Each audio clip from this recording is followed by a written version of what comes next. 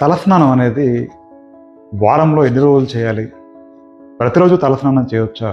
అంటే head wash అనేది మనకున్న హెయిర్ కండిషన్ బట్టి, స్కాల్ప్ కండిషన్ బట్టి, మన లైఫ్ స్టైల్ని బట్టి మనం డిసైడ్ అయి చేయాల్సి ఉంటుంది.